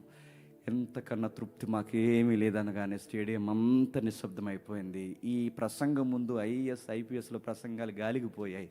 ఈ ప్రసంగం ముందు అన్నీ ఓడిపోయాయి. స్టేడియం నిశ్శబ్దమైపోయింది. అందరికి అనిపించింది, ఐఏఎస్ అయినా తన కోసమే బతుకుతున్నాడు, ఐపీఎస్ అయినా తన కోసమే బతుకుతున్నాడు, కానీ వీళ్ళేట్రా ఇతరుల కోసం బతుకుతున్నారు, వాళ్ళే సేవకులు అంటారు. గుర్తుపెట్టుకో, వాళ్ళే సేవకులు అంటారు. ఇతరుల కోసం జీవిస్తారు, ఇతరుల కోసం ఆలోచిస్తారు, ఇతరుల కొరకు ప్రార్థిస్తారు. ఆకలి కడుపులతో, అరిగిన పాదాలతో, నలిగిన గొంతులతో. ఎవరికి మనుషులు పిచ్చుండేది ఎవరికంటే సేవకులకే ఉంటుంది. అందరూ బాగుండాలని కోరుకుంటారు, అందరి కొరకు ఉండాలని కోరుకుంటారు. అందుకే వీళ్ళకి సూట్ అయ్యే మాట ఏంటో తెలుసా? వాళ్ళ చీకటికి వెలుగు పుట్టించారు. చీకటికి వెలుగు పుట్టించారు. వెలుగు లేని ఇదిగోండి, వయసులో ఉన్నప్పుడు వెళ్ళారండి, ఇప్పుడు ఇలా అయిపోయారండి. వయసులో ఉన్నప్పుడు, చక్కటి వయసులో ఉన్నప్పుడు పెళ్లి చేసుకుని వెళ్ళారండి, ఇప్పుడు ఇంత వయసు అయినా ఇంకా సేవ చేస్తున్నారండి. నేను అడుగుతున్నాను, ఈ ఇంటిగ్రిటీ మనకుందా? ఒక రోజు ఉంటే ఒక రోజు ఉండు, మొదటి రోజు ఉంటే రెండో రోజు ఉండు, రెండో రోజు ఉంటే మూడో రోజు ఉండు, మూడో రోజు ఉంటే నాలుగో రోజు ఉండు, ఐదో రోజు ఉండు. అడుగుతున్నాను, ఎక్కడే నువ్వు తినంగా ఉండవు. ఇక్కడ ఒక స్పీకర్ చెప్తూ ఉంటాం, ఇంకొక స్పీకర్ చెప్తే లోపల పోయి గుర్రని నిద్ర అవుతున్నారు కొంతమంది. అడుగుతున్నాను, ఎందుకు వచ్చావు? వినడానికే వచ్చావు. వాళ్ళు చూడండి, 30 ఏళ్ళు మాట ఇచ్చారు, 30 ఏళ్ళు, 30 సంవత్సరాలు అప్పుడు మాట ఇచ్చారు. వయసు అంతా అయిపోయింది, తలంతా మెరిసిపోయింది, ఆ నునుపంతా తగ్గిపోయింది, ఆ యవ్వనత్వం అంతా అక్కడ పోయింది. కానీ ఇంకా అడవుల్లో, ఆ మారుమూల ప్రాంతాల్లో సేవ చేసుకుంటూ తిరుగుతున్నారు. ఇలాంటి కసి, ఇలాంటి వైద్య వృత్తిలో ఉన్న ఈ కసి, ఇదే వైద్య వృత్తిలో పనిచేస్తున్న ఎంతో కొంత ఆ అన్నకుంది కనుకే మన ఏదిక వరకు వచ్చాడు. ఏదో ఒకటి చెయ్యాలి, ఏదో ఒకటి చేయాలి. ఎప్పుడు అంటాడండి నాతో, సందర్భం లేకపోయినా మాట చెప్తుంటాడు, నాకు ఎందుకో మాట్లాడుతుంటాడు. ఏం లేదన్నా, నాకు 2 పిల్లలు అన్న, ఆడపిల్ల అంటే నాకు చాలా ఇష్టం అన్న, చాలా ప్రేమ అన్న, జేమ్స్ అన్న చాలా ఇష్టం అన్న. కానీ నా బిడ్డలు 2 చచ్చిపోవాలన్నా. కానీ ఎలా చచ్చిపోవాలంటే దేవుళ్ళో చచ్చిపోవాలన్నా అంటాడు. దేవుడి కోసం పిచ్చెక్కిపోయి చచ్చిపోవాలన్నా, అలాగే చనిపోవాలన్నా. మా నాన్న ఏం దాచాడు మా కోసం అంటే, మా నాన్న మా కోసం ఏం దాయలేదు, కానీ మా జీవితాల్లో మా గుండెల్లో దేవుడిని దాచాడని చెప్పుకోవాలన్నా మా బిడ్డలో అని చెప్తారు. వైద్య వృత్తిలో కూడా ఇలాంటి వాళ్ళు ఉంటారంటే, అదిగో కలమని చూస్తున్నాగా ఉంటారు. వైద్య వృత్తులు ఎలాంటి వారు ఉంటారంటే ఉంటారు. ఇలాంటి వారు చీకటికి వెలుగు పుట్టిస్తారు. ఎక్కడున్నా వాళ్ళు పనిచేస్తారు. వాళ్ళకి ఇచ్చిన ఆ వరమును ఇతరులకి వైద్యం చేయడానికి వాడారు. నేను ముగించేస్తున్నాను. బహుశా నీకు డబ్బులు ఇచ్చాడేమో దేవుడు, బహుశా నీకు అధికారం ఇచ్చాడేమో దేవుడు, నీకు నాలెడ్జ్ ఇచ్చాడేమో దేవుడు. నీకు ఏమి ఇచ్చాడో అని అడుగుతున్నాను. నీకు ఇచ్చిన డబ్బు నీ కోసమే బతికితే నీ లైఫ్కి అర్థం లేదబ్బా, రాసి పెట్టుకో. నీకు ఇచ్చిన జ్ఞానం నీ కోసం ఉపయోగించుకుని దాన్ని దాచుకోవడానికి నీకు ఉపయోగకరం నీ ఇంటి కోసం ఉపయోగిస్తే నీ నాలెడ్జ్తో ఉపయోగం లేదు. నీకు ఇచ్చిన అధికారం నీ కోసం ఉపయోగించుకుని అది నీకు నీ పిల్లలకే దాచుకునేలాగైతే ఉపయోగం లేదు. నీకు ఇచ్చిన డబ్బు నీకే మాత్రమే కాదు, లేనోడికి కూడా పెట్టడానికి. నీకున్న అధికారం నీకే కాదు, పేదోడికి కూడా ఆదరించడానికి. నీకున్న ప్రతి కష్టము, నీ వెనకాల ప్రతి ఒక్క సమృద్ధి నీకు మాత్రమే కాదు, ఇతరుల కొరకు చేయడానికి. ఈ లక్షణాలు ఎప్పుడు వస్తాయంటే యెహోవా యందలి చెప్పండి భయభక్తులు కలిగి ఉంటా వస్తాయి. ఆ యెహోవా యందలి భయభక్తులు కలిగి ఉంటే ఏమొస్తాయి అక్కడ రాస్తున్నారు చూడండి. యెహోవా యందలి భయభక్తులు కలిగి ఉన్న వారికి ఈ లక్షణాలు ఉంటాయి. యథార్థత ఉంటుంది. ఇంకేముంటుంది? చీకటికి వెలుగు పుట్టిస్తారు. ధైర్యోదయం కలిగిన వారు ఉంటారు. ఇతరులకు అప్పిస్తారు. నీతిమంతులుగా ఉంటారు. ఉదారంగా ఉంటారు. న్యాయంగా వ్యవహరిస్తారు. అనేకులకు భాగ్యవంతులుగా వీళ్ళ దీవెనకరంగా మారిపోతారు. ఇలాంటి లక్షణాలు మనకు వస్తాయండి. యథార్థత. ఇందాక అమలాపురం నుండి మా బ్రదర్ వచ్చారు. ₹1,00,000 తెచ్చి నా చేతిలో పెట్టాడు. ఇప్పుడే ఇక్కడే ₹1,00,000 పెట్టాడు. నేను అనుకున్నాను సెమినార్కి ఇస్తున్నాడేమో అనుకున్నాను. ఆ లక్ష నా చేతుల్లో పెట్టి ఏమన్నాడంటే, నేను పెయింటింగ్ పని వేస్తానన్నా, పెయింటింగ్ పని అవి చేస్తాను, రూపాయి దాచి ₹1,00,000 దాచానన్నా. కొన్ని సంవత్సరాల నుంచి నీతో మీటింగ్ పెట్టించాలనుకుంటున్నాను. మా ఏరియాలో మీటింగ్ ఎలా పెట్టాలో నాకు తెలియదు, వేదికలు ఎలాగేయాలో నాకు తెలియదు, సౌండ్ ఎలా పెట్టాలో నాకు తెలియదు, నాకేమీ తెలియదన్నా. మీరు ఎప్పుడు పెడతారో ఎప్పుడు వస్తారో నాకు తెలియదు. మీరే రండి, మీరే పెట్టండి, మీరు వచ్చేంత వరకు ఈ ₹1,00,000 మీ దగ్గర ఉంచండి అని నాకు ఇచ్చి వెళ్ళిపోయాడండి. ఒక మాట చెప్పనా, నేను ఒక మాట అన్నాను, ఈ 1,00,000 నీ దగ్గర ఉంచు, మీటింగ్ నువ్వు పెట్టు, నీ బరువు నా మీద పెట్టుకుని నాకు డౌట్ వచ్చేస్తుంది, నీ దగ్గర పెట్టుకో. ఈ ₹1,00,000 పెట్టి నువ్వు మీటింగ్ అరేంజ్ చేసిన తర్వాత నేను వస్తాను, ఖచ్చితంగా నేను చెప్తాను, నువ్వు పెట్టు, ఈ 1,00,000 నువ్వు ఖర్చు పెట్టంటే ఆ వ్యక్తి అన్నాడు, ఎలా ఖర్చు పెట్టాలో కూడా నాకు తెలియదు అన్న. ఆ 1,00,000 అలా దాచాను. అందుకే మీరే ఎలా చేస్తారో, అది ఉదయం చేస్తారు, నైట్ చేస్తారు, మీరు చేసి వెళ్ళిపోండి. ఇప్పుడు అడుగుతున్నాను, ఆ వ్యక్తి ఎవడో ముఖం తెలియనోడు వచ్చి నాకు ఇప్పుడు 1,00,000 ఇచ్చి వెళ్ళిపోయాడు. నేను మీటింగ్ చేశానో లేదో మూడో కంటికి తెలియదు, కానీ ఒక కన్నుకు తెలుస్తుంది. ఎవరికి చెప్పండి? దేవునికి. నా ఇంటిగ్రిటీ ఏంటో అక్కడే తెలుస్తుంది, గుర్తుపెట్టుకోండి. నా యథార్థత ఏంటో దేవుడు అక్కడే చూస్తాడు. జేమ్స్ గాడు చేస్తాడా చేయడా? జేమ్స్ గాడి మీటింగ్ ఇదే ₹1,00,000 తక్కువ ఖర్చులతో చేసి మిగిలింది వెనకేస్తాడా? చూస్తాడన్నీ ఏం చేస్తాడు. ఇది ఎప్పుడైతే మళ్ళీ చెప్తున్నాను, రూపాయలు ఎలా ఉంటున్నావో చూస్తాడు, ఖర్చులు ఎలా ఉంటున్నావో చూస్తాడు, బట్టలో ఎలా ఉంటావో చూస్తాడు, ప్రతిదీ చూస్తాడు. మీకు ఇన్స్పిరేషన్గా ఉండాలని నా లైఫ్ని ఒక ఉదాహరణ చెప్పి నేను ముగించేస్తాను. సెమినార్లో బట్టలు కొనుక్కుందాం అనుకున్నాను అండి.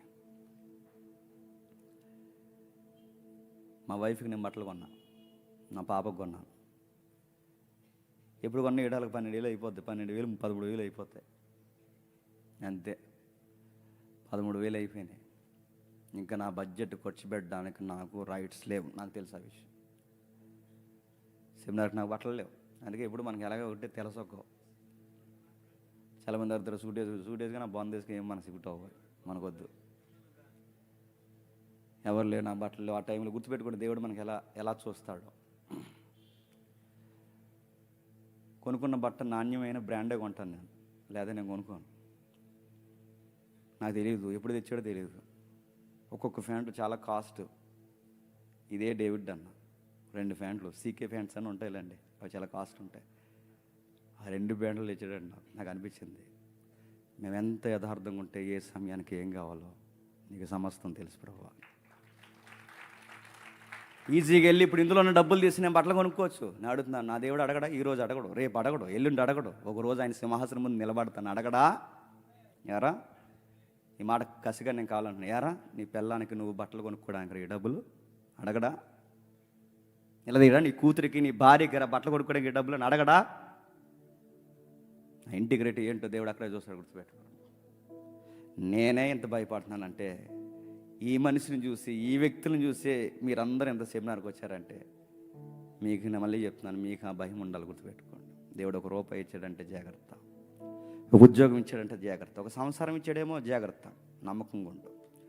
ఉద్యోగం ఇచ్చాడేమో జాగ్రత్త, నమ్మకంగా ఉండు. నువ్వు ఎంత యథార్థంగా ఉంటే చెప్పండి, అంతగా దేవుడు నిన్ను ఆశీర్వదిస్తాడు. నేను చెప్పిన మెసేజ్లో ఈ కంటెంట్ అర్థమవుతుంది, కానీ విచిత్రంగా అర్థం కావని అన్నీ అర్థమవుతాయండి. జేమ్స్ అన్నకి బట్టలు లేవు, గట్టుగా 5 జతలు కొనాలి అనుకోకండి. నాకు వద్దు, మీరు కొన్నా నేను తీసుకోను. ఒకటి చెప్తుంటే అర్థమవుద్ది. ఎందుకంటే కొంతమంది స్టైల్గా పాస్ట్లో కొంతమంది, అది క్షమించండి, కొంతమంది ఏం చేస్తారంటే ఏది లేదన్నది సంఘం ముందు చెప్తే వాళ్ళు కొనేస్తారు ఆటోమేటిక్గా. ఆ స్టైల్ మీరు అలా అనుకోకండి, మీరు దండం పెడతాం, ఒకటి చెప్తుంటే అర్థమవుద్ది. కారు లేదంటే కారు కొనేసే సంఘస్థులు ఉన్నాయి తెలుసా? బైక్ లేదంటే బైక్ కొనేస్తారు. ఇంకా నేను కిడ్నీ లేదంటే కిడ్నీ కూడా కొనేస్తారు. ఇలాంటి వాళ్ళు ఉంటారు. నేను అంటున్నాను, మీరు ఏదో కొంటారని కాదు. నేను ఎందుకు చెప్తానంటే యథార్థంగా ఉండాలి. యథార్థవంతులు తప్పక వర్ధిల్లుతారు. ఈ లక్షణాలు ఎలా వస్తాయి? అదిగా చెప్తున్నాడు, యెహోవా యందలి భయభక్తులు కలిగిన వారు వస్తాయి, ప్రార్థనా జీవితం కలిగిన వారు వస్తాయి, జీవితంలో ఆయన కొరకు బతకాలని కసి కలిగిన వారు వస్తాయి. ఎవరికి వస్తాయంటే సువార్త అనే ఒక సౌందర్యం అలవాటు చేసుకున్న వారికి వస్తాయి. 78వ కీర్తన ఏమంటున్నాడు చూడండి. 78వ కీర్తన ముగించేద్దాం. 78వ కీర్తన 72వ వచనం. ఆలస్యమైంది ఏమనుకోకండి. 78వ కీర్తన 72వ వచనం. అతడు యథార్థ హృదయుడై వారిని పాలించును. ఇతరులను పాలించాలి అంటే మళ్ళీ కేటగిరీ ఏంటండి? యథార్థత. జీవితంలో డబ్బుల్లో బాగుండాలంటే ఏంటండి? యథార్థత. కలిమి కలిగి, సంపాదన కలిగి ఇతరులకు అప్పిచ్చేవారుగా ఉండాలంటే యథార్థత. యథార్థత లేకపోతే వర్ధెల్లం. మళ్ళీ చెప్తున్నాను, సామెతల గ్రంథం 10వ అధ్యాయం 9వ వచనం. సామెతల గ్రంథం 10వ అధ్యాయం 9వ వచనం.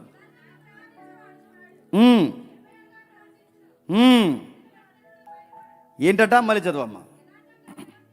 యథార్థముగా ప్రవర్తించువాడు నిర్భయముగా ప్రవర్తించిన, అదొక రకమైన ధైర్యం ఉంటుంది తెలుసా? ఎందుకంటే మనం తప్పు చేయలేదు, మనం ఎవరిది దొంగలించలేదు, మన ముఖానికి చెమట పట్టదు. ఎందుకంటే వాడి ఎదుట మనం అంత భయపడాల్సిన అవసరం లేదు, మనం తప్పు చేయలేదు. కాబట్టి యథార్థంగా జీవిస్తాం. ఎవరైనా మమ్మల్ని లెక్క అడిగితే ఇదిగో మీరు ఇంత ఇచ్చారు, మేము ఇంత ఖర్చు పెట్టాం, ఒక ధన్యకరమైన ఒక ధైర్యం ఉంటుంది. అందుకే చూడండి, యథార్థం ఉందనుకోండి ధైర్యంగా జీవిస్తాం. యథార్థత లేదుకుంటున్నా అక్కడ ఎక్కడో దూరంగా ఇద్దరు నిలబడి మాట్లాడినా మన కోసమే మాట్లాడుకుంటున్నారు అనుకుంటాం. అదే మనం యథార్థంగా ఉన్నాం అనుకోండి, 100 మంది అక్కడ నిలబడినా మన సబ్జెక్ట్ ఎందుకు మాట్లాడుకుంటారు? అంత మాట్లాడుకునేది అంతేముంది? మనమేంటో మన దేవునికి బాగా తెలుసు. అందుకే యథార్థవంతులు నిండుగా ఉంటారు. కుటులమైన వాడు ఒక రోజు, ఈరోజు పడకపోవచ్చు, రేపు పడకపోవచ్చు, ఏదో ఒక రోజు ఆ కుటుల మనస్సు ఏమది చెప్పండి బయటపడిపోతుంది. మరో వాక్యం చూడండి, ముగించేద్దాం. మొదటి రాజుల గ్రంథం 9వ అధ్యాయం 4-5 వచనాలు. మొదటి రాజుల గ్రంథం 9వ అధ్యాయం 4-5 వచనాలు. నీ తండ్రి అయిన దావీదు నడిచినట్లు నీవును యథార్థ హృదయుడవై నేను నీకు సెలవిచ్చిన అంతటి ప్రకారము చేసి నా కట్టడలను నా విధులను అనుసరించిన ఎడల నీ సంతానంలో ఒకడు ఉండక మానడు. ఏం చెప్తున్నాడు సాల్మన్ నీకే చెప్తున్నాను. మీ నాన్న గొప్ప పరిపాలన ఎలా చేశాడో తెలుసా? మీ నాన్న దావీదు గొప్ప పరిపాలన ఎలా చేశాడో తెలుసా? యథార్థంగా ఉన్నాడు కనుక గొలియాతుని కొట్టాడు. యథార్థంగా ఉన్నాడు కనుక దేశాలని స్వాధీనం చేసుకున్నాడు. యథార్థంగా ఉన్నాడు కనుక ఎదుట దేశాలతో కప్పం కట్టించాడు, సొంకం వసూలు చేశాడు. అంటే ఒకరోజు మీ నాన్న చూస్తే చుట్టూ ఉన్న దేశాలకి భయం, దావీదు అనేవాడు ఒకడు ఉన్నాడు, ఇజ్రాయేల్ వైపు కూడా చూడకూడదని ఒక భయం. అంత చక్కటి పరిపాలన మీ నాన్న చేశాడంటే దానికి కారణం ఒకటే, మీ నాన్నగారు యథార్థంగా జీవించారు. అలాంటి పరిపాలన నువ్వు కూడా చేయాలి అంటే నువ్వు కూడా యథార్థంగా ఉంటేనే చేస్తావు. సాల్మాన్, జాగ్రత్త. మీరు ఎక్కడ చూడండి, ఎక్కడ మాట్లాడుకోండి, భక్తుల్ని ఎక్కడైనా కదపండి, బైబిల్ పదే పదే చెబుతుంది యథార్థత, యథార్థత, యథార్థత. ఈ యథార్థతనే క్రొత్త నిబంధనలో ప్రభు అయిన యేసుక్రీస్తు వారు అన్నారు, మీ మాట అవునంటే అవును చెప్పండి, అదే యథార్థత అనేసి. అయ్యో నేను అనలేదండి అనుకో, నువ్వు అన్నావు నేను అనలేదని కవరింగ్ చేయకు, అన్నాను ఒప్పుకో, తప్పు అయిపోయిందో ఒప్పుకో. నేను అలా అనలేదండి, అసలు నా ఉద్దేశం ఏంటి, నీ ఉద్దేశం ఏంటో మాకు తెలుసు, నువ్వు ఉద్దేశం ఏంటని చెప్పక, ఇంకా నువ్వు అన్నావు, నువ్వు మాట్లాడావు, నువ్వు అనకూడని మాటలు అన్నావు, అన్నాను ఒప్పుకో. విజయప్రసాద్ రెడ్డి గారికి నాకు డిబేట్ జరిగింది, తెలుసు కదా, ల్యాక్స్ ఆఫ్ వ్యూస్. తినంగా వాకింగ్ చెప్తుంటారు కానీ గొడవలు జరిగితే మాత్రం బాగా చూద్దారండి. 20,000 మంది లైవ్ చూశారు ఆ రోజు. ఇప్పుడు నాకు తెలిసి 8 లక్షలు ఎంత ఉందో వీడియో అది. నేను చాలా క్లారిటీగా ఒక మాట అన్నాను. నాకు తెలుసు ఆ రోజు నేను ఏమన్నాను. అన్నా, నా ఫైట్ ఎప్పుడు నీ బోధతో తప్ప నీతో కాదు. ఆ రోజు జూమ్ కాల్లో కూడా వెళ్ళినప్పుడు అదే అన్నాను. అన్నా మళ్ళీ గుర్తుపెట్టుకో, నా ఫైట్ నీతో కాదు, నీ బోధతో. ఆ రోజు నేను చెప్పాను, దేవుని ఎదుట నేను ఏమాత్రం మాటల్లో అయినా దేవుని ఎదుట నేను నేరస్తుడిగా నిలబడకూడదని. ఈ 2 నెలల్లో నేను చాలా బాధపడే మాట్లాడినాను. నిన్ను అన్నప్పుడల్లా ఆ టీ తాగినప్పుడు కూడా చెప్పాను, ఈరోజు పలానా మాట అన్నాను. ఎందుకంటే మన సెమినార్ కోసం కామెంట్ చేశాడు అన్న. ఏమన్నాడంటే, ఈ సెమినార్కి 400 మంది కూడా రాలేరా అన్నాడు. అప్పుడు నేను కోపం వచ్చి ఒక మాట అన్నాను, 400 మంది వస్తారు, 4,000 మంది వస్తారు, తిన్న ఆకులు ఎత్తుది కానీ రా అన్నాను. నేను ఆకులు కదా మరి లెక్కట్టాలి అన్నాను. అప్పుడు నాకు అనిపించింది, బాధపడి ఉంటాడు అబ్బాయి మాటకి అని. ఆ మాటలన్నీ నాకు గుర్తున్నాయి. ఫిక్స్ అయ్యాను. డిబేట్ అయిన తర్వాత ఖచ్చితంగా డిబేట్ అయిన తర్వాత హవా మంద నడుస్తుంది, అప్పుడు చెబుదాంలే. ఫిక్స్ అయ్యాను. ఆ రోజు వెళ్ళాను. అప్పటికప్పుడే నాకు అనిపించింది, ఈ 2 నెలల్లో నేను చాలా రెచ్చగొట్టాను, చాలా మాటలు అన్నాను. నువ్వు నన్ను ఏం మాట్లాడినావు నాకు గుర్తులేదు, కానీ నిన్నన్న మాటలు మాత్రం నాకు గుర్తున్నాయి. అందుకే 2 నెలల్లో ఏమన్నా నేను గాయపరుచుంటే మళ్ళీ చెప్తున్నాను. ఆ రోజు చెప్పాను, ఈరోజు చెప్తున్నాను, ఎప్పుడు చెప్తున్నాను, నా ఫైట్ నీ బాధతో తప్ప నీతో కాదు. నా వల్ల నువ్వేమైనా గాయపడి ఉంటే నన్ను క్షమించన్నా అన్నాను ఆ రోజు. తలకాయలకి కొంతమందికి అది అర్థమవలేదండి. చూసారా, మా అన్నయ్యని జేమ్స్ క్షమించమని అడిగాడు అన్నారు. ఈ తలకాయలకి వీళ్ళకి బొందలో పెట్టేసే వరకు వీళ్ళకి అర్థమవుదండి. బొంద అంటే తెలుసు కదా, గొయ్యిని ఆత్మలు బొంద అంటున్నాడు అనుకోకండి. శ్మశానాన్ని బొంద అంటారు తెలంగాణలో. వీళ్ళకి అర్థమవులేదు. మనం చెప్పిన ఇంటెన్షన్ ఏంటంటే, మనం చెప్పింది ఏంటంటే, ఇంటెన్షన్ అంటే మనం చెప్పింది ఏంటి, దేవుని ఎదుట మన మాటల్లో ఏమాత్రం తప్పు దొరకకూడదని ఆ రోజు చెబితే వీళ్ళేమన్నా చెప్పిన అంత సబ్జెక్ట్ వదిలేశారండి. అదిగో చూసారా, మీ ఓడే తగ్గాడు క్షమాపణ చెప్పాడు. మీకు అర్థమైందో లేదో కానీ ఆయనకు అర్థమైంది. ఆయన చాలా ప్రేమగా అగ్గు చేసుకున్నాడు. అయిన తర్వాత కిందకు వచ్చాడు. ఒకరోజు వదినా, నేను మీ ఇంటికి వస్తాను లేరా, జరిగిపోయినాయి, ఆ మాట చెప్తాను. ఆ రోజు నీకు రిప్లై ఇవ్వకుండా ఉంటే బాగుండు. ఆ రోజు నీకు రిప్లై ఇచ్చాను. ఆ రిప్లై ఇవ్వడం వల్ల ఈ గొడవ ఇక్కడ వరకు వచ్చింది. లైఫ్లో ఒకటి నేర్చుకున్నాను రా, రిప్లైలు ఇవ్వకూడదని అని అన్నాడు ఆ రోజే. సర్లే, నువ్వు కొంచెం జాగ్రత్తగా నీ చుట్టూ కూడా కొంచెం తేడాగాళ్ళు ఉన్నారు, కొంచెం జాగ్రత్తగా నువ్వు బాగుండాలి, మనం బాగుండాలి, మంచి పరిచయం చేయాలి, జాగ్రత్తగా వెళ్ళాను అని చెప్పి ఆ రోజు మాకు ఎంత ఆనందం అని చెప్పనండి.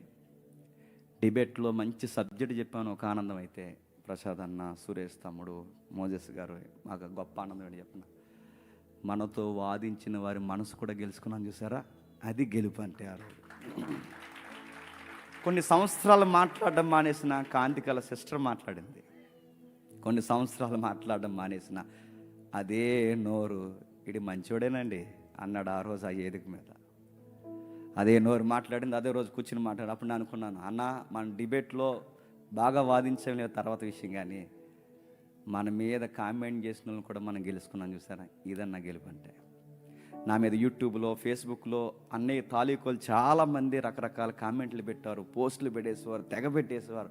నేను చెప్పిన క్షమాపణ కండి వాళ్ళందరూ నాకు ఫోన్ చేసి, కొన్ని పేర్లు ఉంటాయి అకౌంట్లు, వాళ్ళకి చూస్తారు, నామాశ్రీన్ అని, ఇంకా కొంతమంది ఉన్నారండి, 2-3 పేర్లు, ఇంకో పేర్లు జనార్దన సుందరపల్లి, ఈ కేశవరం నుండి ఈ తమ్ముడు, ఆ తమ్ముడు శేఖరు, వీళ్ళందరూ అండి నా మీద ఎన్ని వీడియోలు పెట్టేసేవారో. ఆ ఒక్కసారి చెప్పాక సాయంత్రానికి అందరు నాకు ఫోన్ చేసి, జేమ్స్ అన్న నీళ్ళెంతో తగ్గింపు ఉందని మాకు తెలియదు, నువ్వే ఎంత తగ్గించుకున్నావు, నువ్వే సారీ చెప్పావు, మమ్మల్ని క్షమించు, ఈ రోజే నీ మీద ఉన్న పోస్టులన్నీ తీసేశారు. ఎందుకు చెప్తున్నాను తెలిసి ఈ మాట? మనం తగ్గించుకొని మన మాట అవునంటే అవును, కాదంటే కాదు, మనం ఎప్పుడైతే యథార్థంగా ఉంటామో ప్రతి ఒక్కరిని మనం గెలుస్తాం. చీకట్లో కూడా ఏం చేస్తాం చెప్పండి? వెలుగునిస్తాం, ధైర్యంగా ఉంటాం, ఎక్కడ ఉన్నా ఆశీర్వాదకరంగా మారిపోతాం. అందుకే దేవుడు మనల్ని చూస్తున్నాడు. తగ్గించుకుందాం, యథార్థంగా జీవిస్తాం. ఈ డేవిడ్ అన్న కానీ, సాంగ్రాస్ నేను కానీ, సేవలో ఉన్న వారు ఎవరైనా ఇదే యథార్థత కలిగి ఉండండి. మన మాట అవునంటే అవును, కాదంటే కాదు. ఇంటిగ్రిటీ అస్సలు మిస్ అవ్వద్దు. సేవలో జీవితం కలిగిన సేవకులు కూడా చాలా జాగ్రత్తగా కలిగి ఉండండి. పాటలు పాడుతున్న వారు, గాయకులు, ఇంకా ఎవరైతే ఉన్నారో వచ్చిన మీరు అందరం. ఇక్కడ తమ్ముడు ఉంటాడు, ఇంక రింగులు తలేసుకుని ఉన్నాడు చూసారు, ఇక్కడ తమ్ముడు ఉంటాడు. మన రాజమండ్రి చర్చిలో ప్యాడ్ కొడుతుంటాడు. తమ్ముని బన్ను ఏదంటారు, టిన్నుతో పాటు బన్ను ఏం చేస్తాడు తెలుసా? తనకు నేను శాలరీ ఇస్తే ఆ శాలరీలో డబ్బులు దాచి మళ్ళీ తిరిగి నాకు ఈ దేవుని పని ఖర్చు పెట్టాను, నన్ను ఒక 5,000 అంత మళ్ళీ నాకే ఇస్తాడండి. మనకు అనిపిస్తుంది. ఎప్పుడు గుర్తుపెట్టుకోండి, మనం యథార్థంగా ఉన్నాం అనుకోండి, మన చుట్టూ కూడా చెప్పండి అలా ఆటోల్నే చేరుస్తాడండి చుట్టూ. గుర్తుపెట్టుకోండి. అందుకే లైఫ్లో సక్సెస్ ఏంటి చెప్పిన? మన దేవుని ఎదుట యథార్థంగా ఉందాం, మన సేవను యథార్థంగా చేద్దాం. ఎక్కడున్న ఆకలి దప్పులతో, కన్నీళ్ళతో, ఇబ్బందులతో, సమస్యలతో, పగిలిన పాదాలతో ఏదైనా దేవుని ఎదుట యథార్థంగా మనం చేస్తే ఖచ్చితంగా యథార్థవంతులు చెప్పండి వర్ధిల్లుతాడు. దేవుడు మిమ్మల్ని దీవించునుగాక. అలానే కళ్ళు మూసుకోండి, ప్రార్థన చేసుకుందాం. కాలుష్యమైంది, అస్సలు ఒక నిమిషం కూడా ఆగొద్దు. త్వరగా వెళ్ళి భోజనం చేయండి. ప్రార్థన. ప్రేమగల తండ్రి, కృపగల దేవ, విలువైన మాటలు అందించారు, విలువైన మాటలు తండ్రి మాట్లాడారు. పాటల్లో ఎంతో భారం ఉంది తండ్రి. నిజంగా తండ్రి, పనికిరాని మా ద్వారా ఘనమైన కార్యాలు చేస్తున్నందుకు మీకు స్తుతులు దేవా. మీ దయలో, మీ కృపలో తండ్రి మమ్మల్ని వాడుకోండి. ఇంకనూ తండ్రి ఆశీర్వాదకరంగా నిలబెట్టండి. వచ్చిన వారందరికీ సత్యము వినిపించి, వాక్యం అనే సౌందర్యం చేత పులకించిపోయే అనేక మాటలు రేపటి దినాన్ని కూడా వినిపిస్తారని కోరుతూ, ఈరోజు రిలీజ్ అయిన తండ్రి పాట అనేకులకు దీవెనకరంగా మారుస్తారని అర్థిస్తూ క్రీస్తు నామని ప్రార్థన సమర్పిస్తున్నాం తండ్రి. ఆమేన్, ఆమేన్, ఆమేన్.